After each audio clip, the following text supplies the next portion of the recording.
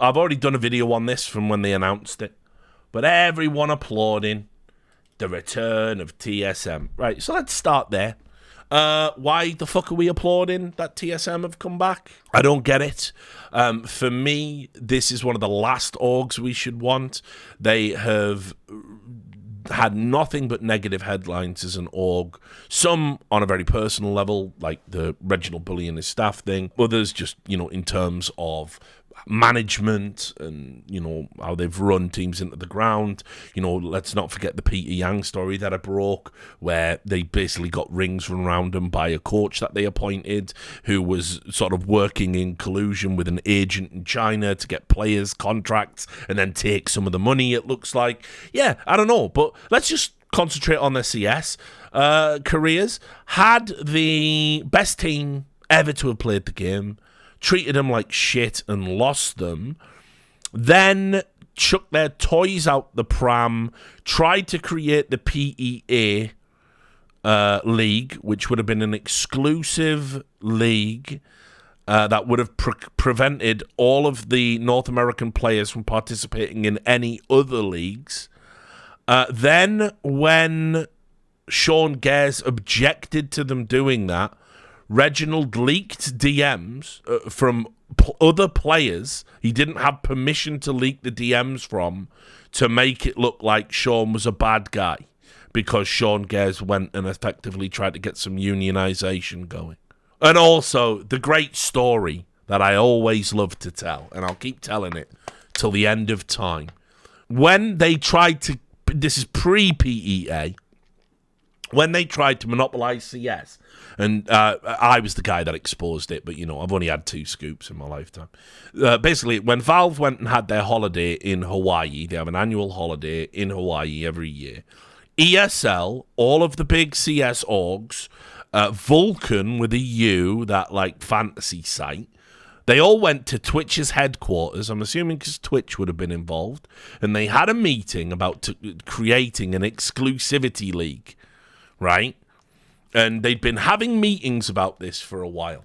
And this is back when the NA Mafia, the cartel, Reginald, Jack, Hastro was in it for a little while. They were basically wanting to call the shots about all the video games. And no. So, during this negotiation process, by the way, I exposed it, stopped it, and made ESL change their internal policies because they couldn't believe that I fucking found out.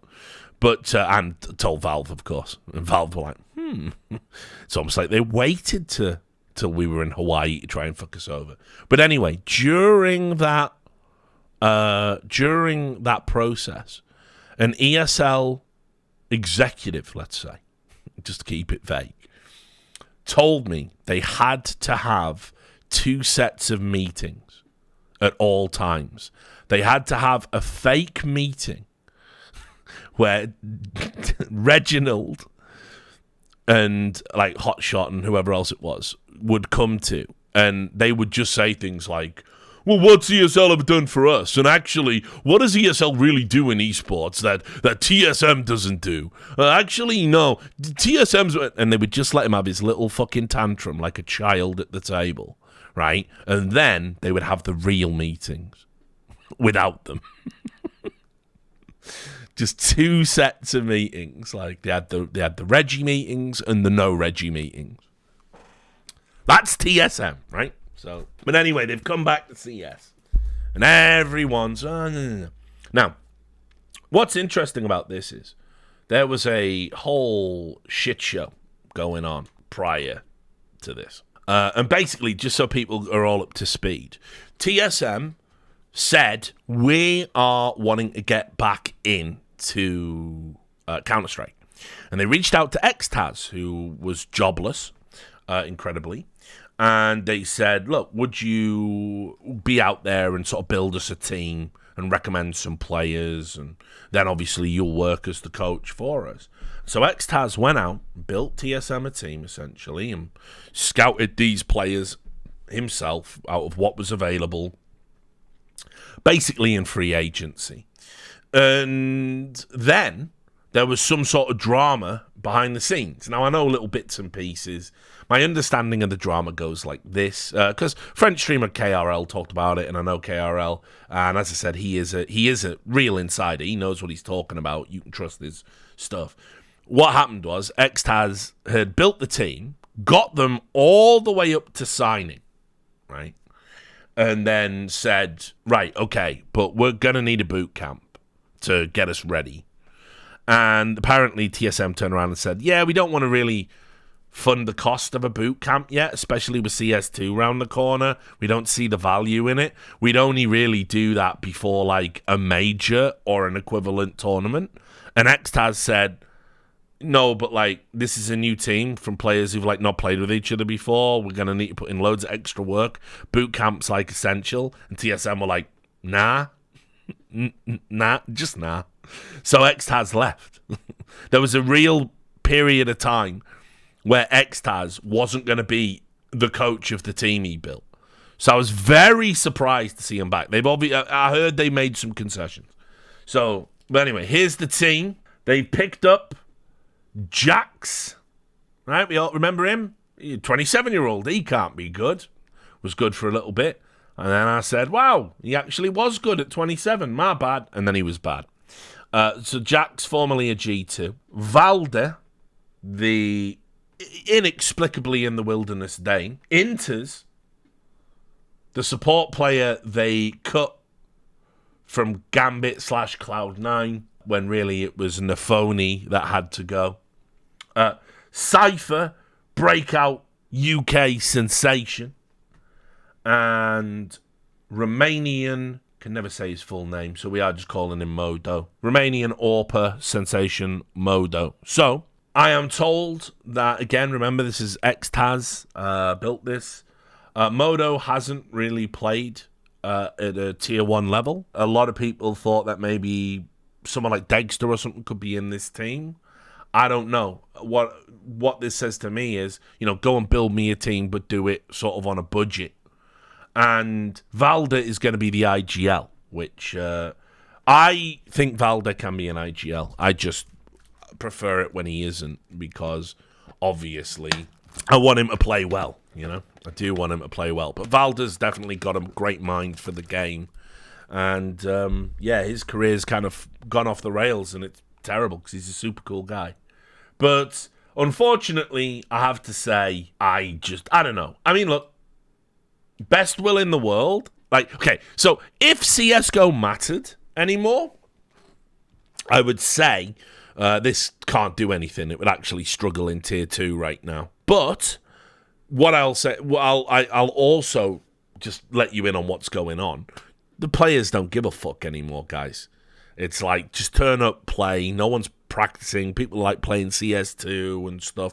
It's all over. No one cares. There's no second major to play for. You are going to see the shittest CSGO you've ever seen. Remember, I was telling you, start of this year, it's going to be the worst. Telling you last year, the scene sucks now. Like, I watched some of the games of Pro League today. They were trash. And so, in this world, a team like this can just get upset wins just by playing erratically. That's all that's really happening now at the highest level. Like, I feel sorry for all the analysts and all the people on the fucking desk that have to pretend this is good. It's ridiculous. I feel, casters sort of shilling like, oh my god, and it's like, dude, he missed. The only reason this play's happening is because someone missed a basic smoke lineup, things like that. And you have to sit there and pretend this is the highest level of CSGO because, it's 2023 and not 2019, so the level must be better. And it's like, nah, this is worse than the fucking online era. This is trash. So, in a world like that, this team, they can probably be top 20. Like, just think about the year we've had. Think about the Paris Major and the shit teams that went there. Think about how the average pleb fan was spamming Reddit about how Immer was the best player in the world suddenly. He was right up there. Oh my god, I haven't seen a talent this prodigious since ZWoo. It's amazing. How's your Immer today, dickhead? Right? Completely out of his depth. Working with a system IGL and living in the shadow of an irate star player. So unfortunately, the TSM could probably, like, I don't even know what tournaments they're realistically going to play in CSGO. I don't really think, this screams of being, let's get into CS too early to me, because I can't even think what tournament they're going to play. Remember, they were going to play in all them stupid online gambling cups, right? Which, by the way, they're just nonsense anyway, because if they're run by certain companies, those certain companies just give out a live feed of the stream to teams so they can just rig the outcome. So they can just win as an underdog. So I don't know. I'm not saying which ones, for obvious reasons. And, you know, we'll wait for the ESIC report, shall we? Whoa. But yeah, this is a team that I don't even know what tournaments they're gonna fucking play in, frankly. Or who they would take on. They're not going to be in any of the partnered leagues. So they're just going to be playing the stupid Gamba Cups and fucking... That's that. So, I don't know. I don't want the org back in CS. This team doesn't look to be constructed to do damage in CSGO, and they're not going to participate in any of the big tournaments. So all the high five and slick video and, but what's Mordo going to do? None of it matters, guys. None of it matters. Nothing in CSGO matters anymore. It's just content. That's how you have to think about it. The games don't matter. The players aren't trying. There's no major to play for. It's none of it matters. None of it matters anymore. It's CSGO. Forget about it. It's over. It's over until CS2. And then, well, guess what? Let's all go to China. Let's all go to China. Let's do Gamers 8 again. Let's do 5 finals in 5 major tournaments in Riyadh. Let's do IEM Cologne in Riyadh. Yeah, enjoy that. I won't be around for it. So, have fun with that game. But yeah, you know, just is what it is. Not really a big deal.